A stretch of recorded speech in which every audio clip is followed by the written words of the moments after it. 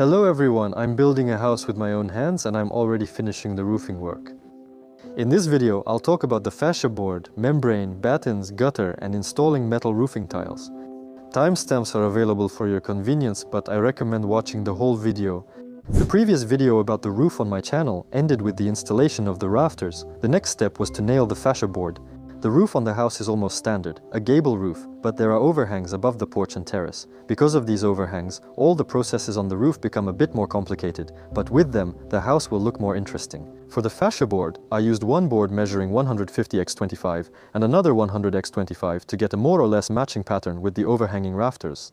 But the work just didn't go well from the start.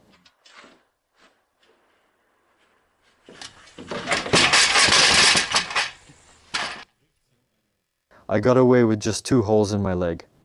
Remembering my motto, foolhardiness and courage, I decided not to give up. Luckily, I had a first aid kit in the car, so I poured peroxide on my leg, bandaged it, and climbed back up the ladder. The trick was to place the board on pre-installed fasteners, not in just one spot, but at least in 2. I marked where the bottom of the board should be and screwed a self-tapping screw into the end of the rafters. That way, installing the board became easier and safer.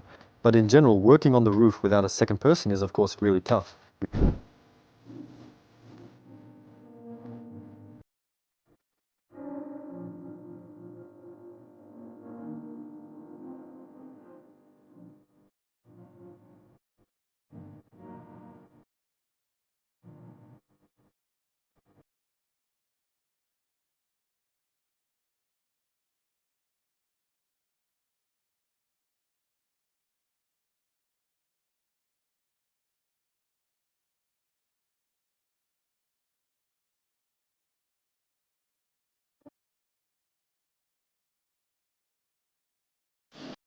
Next, according to the plan, I needed to nail the drip edge. The drip edge is needed to attach the membrane to it and to let the condensation that can form under the metal on the roof drain off.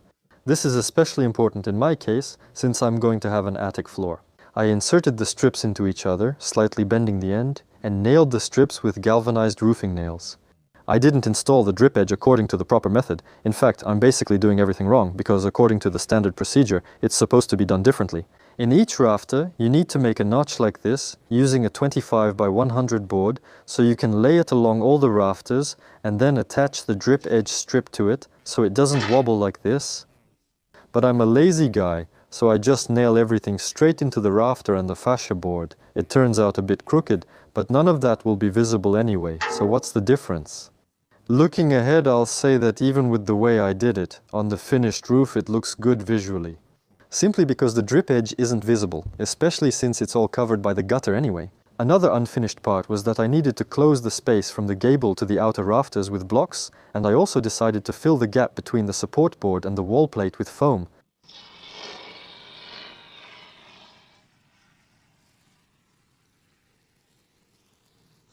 This spot between the rafters and wall plate, where the support board is, ended up being the coldest part of the house and needs maximum insulation. Someone said to insulate it with foam board, but that's not in this video. Now we can move on to the membrane and the battens. For the membrane, I bought Tyvek DuPont Soft. I wanted it because of Span Kuprov. According to reviews, it was high quality and inexpensive, but it wasn't available in the store, so I bought Tyvek. When it comes to installation, the membrane needs to be fixed in parallel with the counter-batten and the batten, so I pre-cut the counter-batten bars to 1 meter each by myself. Installing all of this was very inconvenient, but I managed. I applied butyl rubber tape to the drip edge, which glued the lower edge of the membrane to the drip edge. I rolled out the membrane from edge to edge, cut it, fixed the membrane with a stapler, gradually rolled it out, and placed the counter-batten bars so the membrane wouldn't be blown away by the wind. In general, it's impossible to install it alone in windy weather. I tried cutting a piece of membrane to size right away, on the ground. That was a bad idea.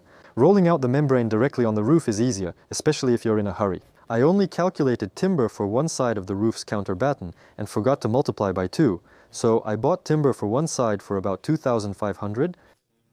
Now I went to buy more for the other side of the roof, meaning the same amount of timber, and I didn't pay 2,500.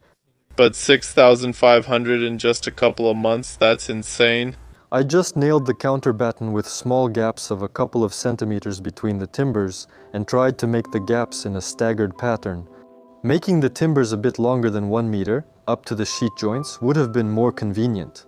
When the counter batten on one sheet was nailed, I started nailing the batten so I could climb up on it and roll out the next sheet of membrane. For the batten I used a 100 by 25 board, I wanted 100 by 30. The summer of 2021 brought a lot of surprises with buying building materials, and I often had to look for compromises. I made the first 2 battens with a spacing of 28 centimeters center to center, then continued with a spacing of 35 centimeters. The spacing depends on the wave of the metal tile, so that the screw would go exactly into the center of the batten. I checked each board with a tape measure, measuring exactly from center to center.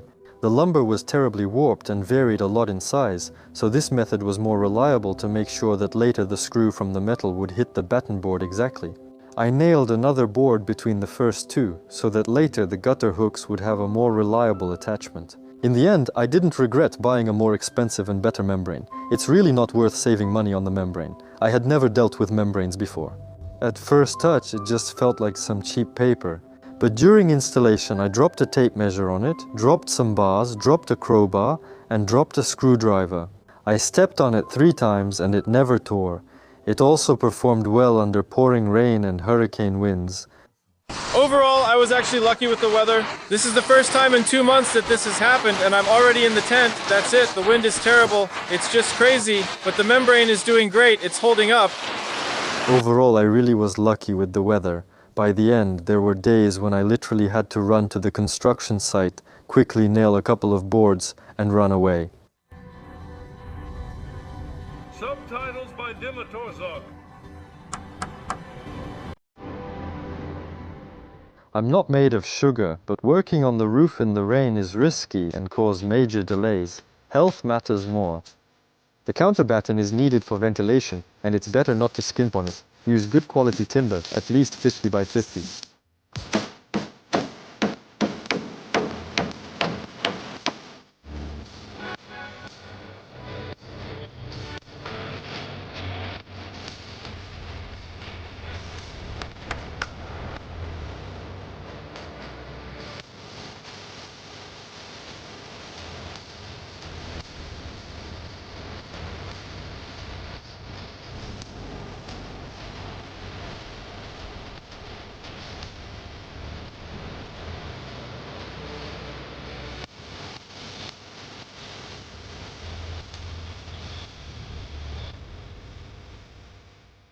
Here's why you shouldn't leave the membrane exposed too long. This is what happens.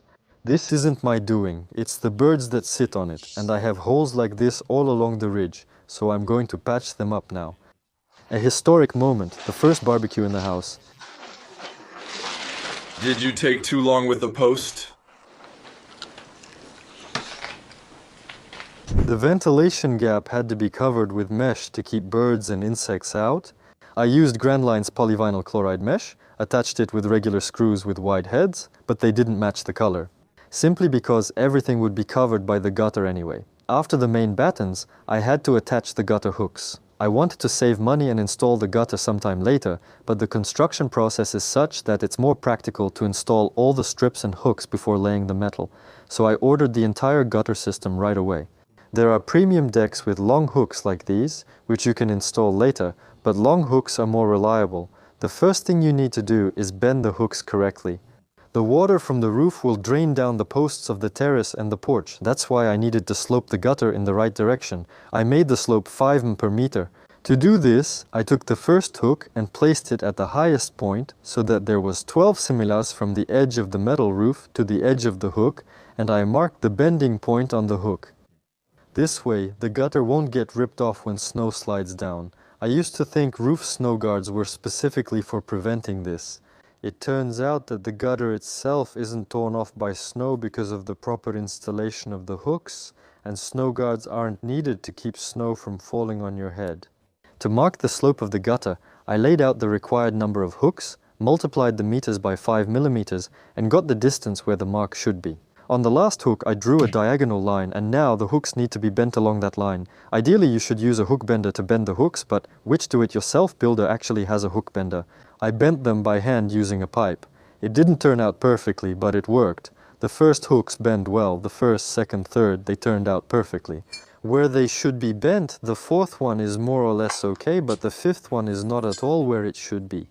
It bent way too high, and the last one just goes completely off, not along the line at all.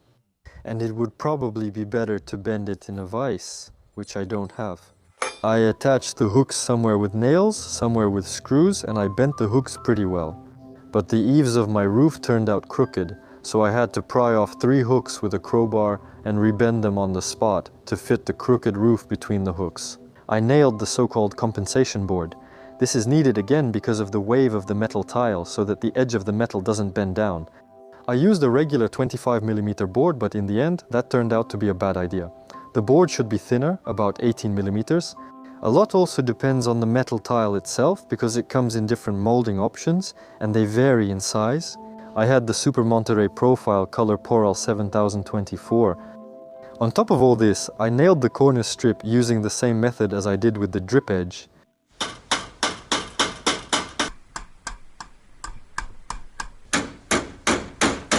Here's another life hack for you on how to save money when ordering strips for the roof. I ordered Grand Line strips. Initially in winter they cost 400 rubles each, but I forgot to order the drip edge strip. And when I realized I didn't have it, they were already 1,000 rubles each. So what did I do? I googled some company that has a metal bending machine and placed an order. Their strips are twice as cheap as the ones from Grand Line. Exactly the same strips, made from exactly the same metal, just without the brand name on them. In between jobs, I also tried to clean up at my construction site, so the appearance improved and everything became more pleasant to look at. To be continued. To be continued.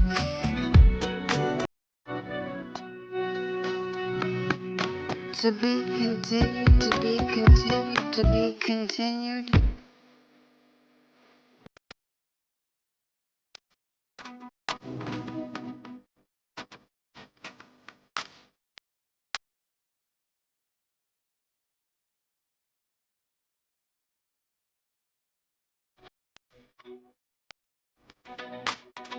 To be continued, to be continued, to be continued. It's been a long time coming.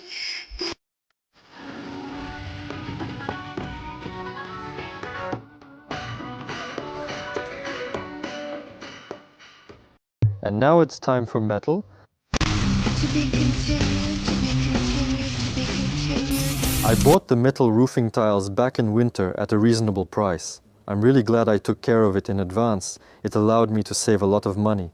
Even with video surveillance, I didn't risk storing the metal at my place. I played it safe and unloaded the metal for storage at a friend's place. That's why I had to move the sheets multiple times with a crane manipulator. You can't unload roofing tiles like that. They bend, the metal stretches, and then the seams of the sheets don't line up. If only I had known that earlier, but experience is what you need in life.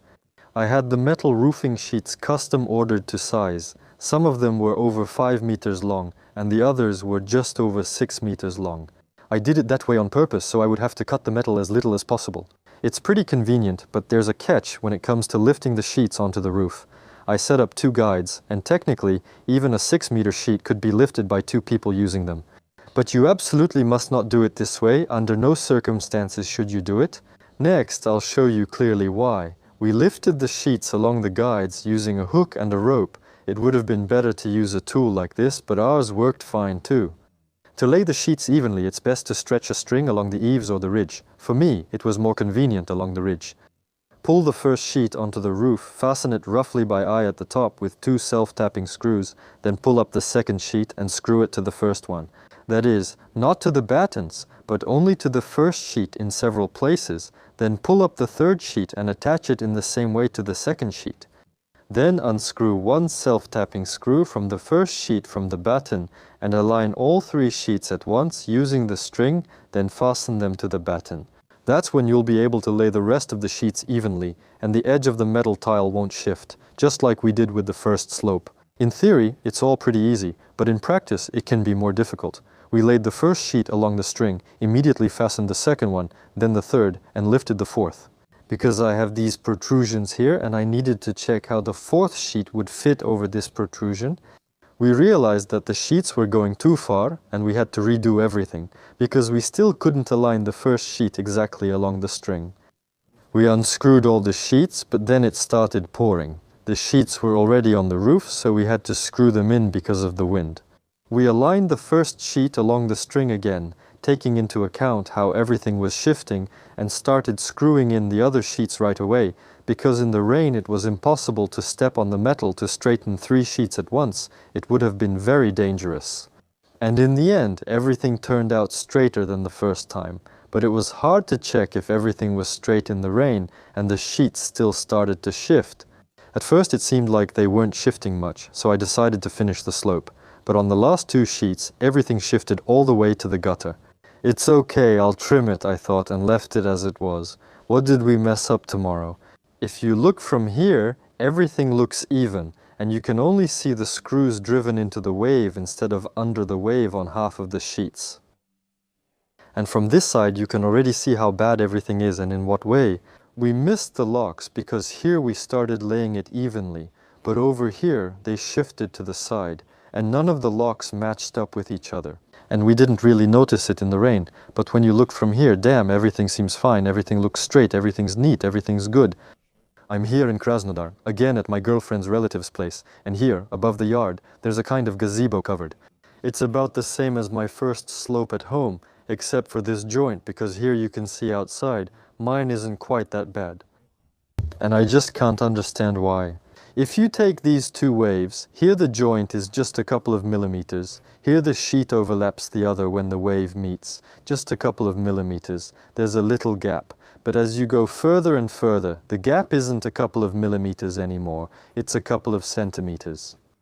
What the hell? Where does it come from? Why is it a couple of millimeters here and a couple of centimeters there? What the hell? How does that happen? I'll put the paper here, I just can't understand how this happens.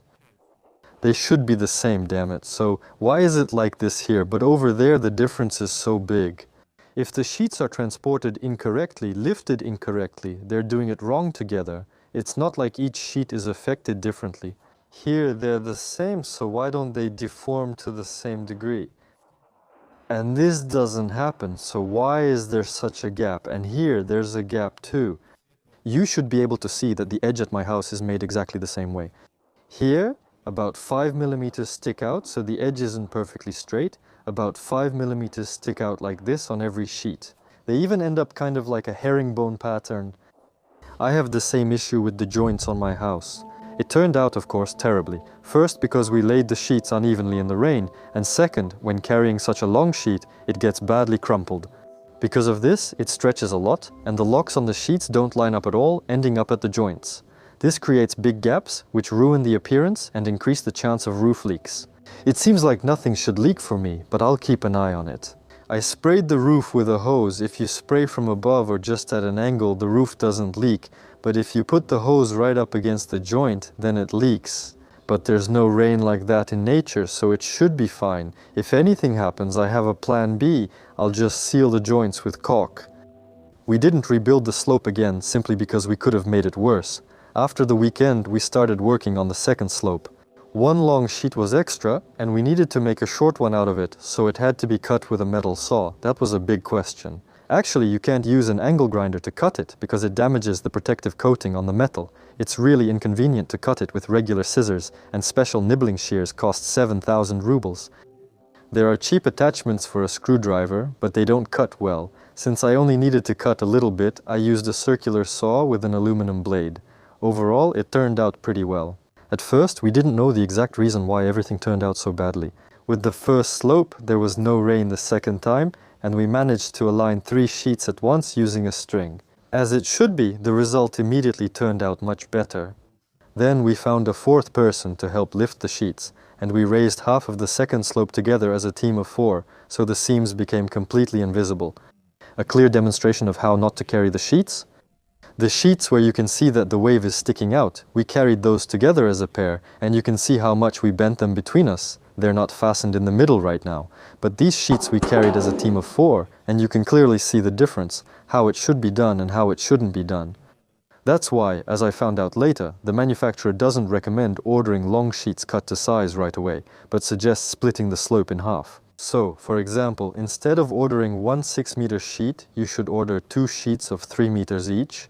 Yes, you'll have to pay a bit more because of the larger area of joints, but lifting such sheets is much easier, and the result of laying the metal tiles will be better. There's also this kind of modular metal tile, which can be installed by one person, but it has its own nuances when it comes to installation, so it's neither better nor worse. Here you need to choose based on your own circumstances. I screwed the sheets of metal tile at the bottom into every wave to make sure nothing would be torn off by the wind, and higher up I screwed them in every other wave and sometimes every 2. Here's a general fastening plan. Don't cut corners, so the sheets stay secure and the metal doesn't rattle. I just screwed the bottom in the center, where I had the battens, and then under the wave of the metal tile, as close as possible to the ridge. This way, first of all, the running water jumps over the screw, and secondly, the screws aren't visible from the ground. With this type of fastening with screws, it's important to screw them in perpendicularly and tighten them to the right degree. It's easy to do. When adjusting the torque on the screwdriver for screwing into metal, it's better to use a special bit with an extra magnet, because the magnets in the screwdriver aren't strong enough. They don't hold the screw. And believe me, this really makes life easier and will save a lot of screws. Also, I didn't have enough screws at first, the ones I bought for the whole roof, so I had to buy more. I tried to save money and bought cheap screws. Here's what happens to them after screwing them in. All the coating comes off, but with Daxmer you can screw it in and out 10 times and the coating stays on. Plus, if you look closely, you can see that the rubber ring is different. It's thicker, and the washer is different too. Here the washer is reinforced, while here it's very thin and bends easily. That's why it's better not to skimp on self-tapping screws. It's actually an important point, and you should buy good quality screws. We moved across the roof without a ladder. According to the rules, if the roof slope is up to 25 degrees, you can walk on it without a ladder. My slope is 26. But let's chalk it up to measurement error. So we just walked on the metal as it was, and it was a bit scary to walk. At first we just loosely attached it, while we could still step on the battens with one foot so the sheets wouldn't slide. Then we fastened it properly, as needed. With safety, I put on a safety harness, tied a cable to it, and my friend held me while sitting on the ridge, and that's what we used to climb on the roof. I won't take this off on camera right now, since climbing like that would be inconvenient. One person holds the safety line, and I'll be fastening the sheets according to the drawings. I tried to adjust the size of the gable overhang so that there would be an even number of sheets, so I wouldn't have to cut them at all. But I miscalculated. The overlap of the sheet was supposed to be 8 centimeters, but in reality it turned out to be 9 centimeters. Plus, in general, I miscalculated the overlap of the sheets. But I wasn't the one who ordered the metal. I just sent the drawings to the person and told him to make it look nice. And they ordered all the materials for the entire roof for me as needed, taking into account my mistake in the drawings, so I had enough metal for the roof. But I had to cut the last sheets lengthwise. We measured how much was needed on the roof with a tape measure, and on the ground I used a circular saw and an aluminum cutting disc to cut the strip to the right size. Basically, if the edge of the cut sheet will be covered with a trim, you can also cut it with an angle grinder. Officially, you're not supposed to do it that way, but in reality nothing bad will happen since it will be covered from the elements and nothing will happen to it. Here's a clear demonstration. This cut was made with an angle grinder, and this one was made with a circular saw and an aluminum blade.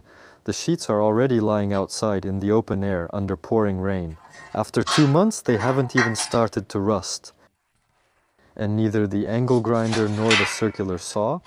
And this sheet, it was here since the previous owners of this plot. How many years has it been lying here? Who knows, but it's been a lot. You can also see by the cut that it was made with an angle grinder, and it's fine. It hasn't fallen apart. You can see some rust, but well damn, it's still got a long life ahead of it. So it all looks quite acceptable, and if it's covered with a plank, even more so. The roof turned out a bit crooked, so the last sheet went on a bit diagonally, but it's not very noticeable. Here, for example, it looks like a normal rectangular roof, but if you look closely, the edge sheet is actually cut almost 3 waves diagonally. This house is in the Krasnodar region, and honestly, you could film every other house there.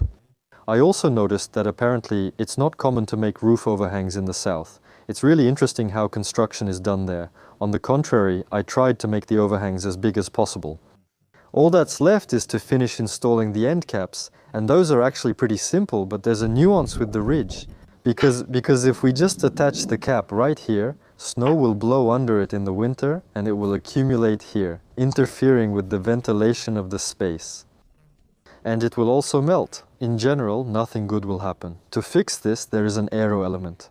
It's just a membrane with 2 adhesive strips. It rolls out like this along the roof, sticks to the edges, and then the ridge cap is placed on top of it. Here you get a membrane, and that's why air passes through it. Ventilation will work, and snow or water won't get into the under roof space from above, so everything will be as it should be. I made a bit of a mistake and ordered a flat ridge cap. I actually wanted a round one like this. It looks much better, especially on a hip roof, but on a regular gable roof, a flat ridge cap will do. I also needed to cut the overhangs at an angle by the porch and the terrace, so I decided to trim them on site after laying the metal. I used an angle grinder, leaving a gap from the edge. This way, it was easier to mark the spot for the final cut, and I could just finish cutting with metal shears. There's still a bit of work left to do inside the house. Because all these joints need to be sealed, every membrane joint has to be taped. I bought some butyl rubber tape for this, and I'll seal every joint between each sheet. They need to be fastened so the wind doesn't flap them around too much. Diagonal braces also need to be added on each of the purlins on both sides, here and here, to add diagonal connections. It's not like anything is wobbling, it's not shaking, but it's better to do it than not to. In the comments under the video about the rafters, there were still doubts about this joint. Here, I have a completely improvised solution that hasn't been calculated for loads. It turns out that the ridge beam I have doesn't have a sufficient cross-section. It supports itself, and here it needs a support under it, but it turns out that the support rests on a beam that doesn't have any support underneath. And in winter we can have tons of snow on the roof, so all the load ends up in this spot, but there's nothing there to support it. But the rafters, they're supported by each other, so when there's a load, the rafters will lock together and they won't go down. So the load should be transferred here, but the beam wasn't damaged too badly. Also, we'll need to add another piece like this one here, because they're mainly used to form a partition here and here, since there will be 2 rooms in the attic. And since I have a stairwell here, most likely I'll have the staircase structure itself. There will be a support provided under these 2 beams, and the load will be transferred to the reinforced concrete. That's how it works in my head, according to my reasoning, that even if you remove the support from here, nothing will fall apart anyway. The rafters are interlocked with each other and will simply transfer the load elsewhere, and the beams won't let them bend enough to break, just for peace of mind or something like that.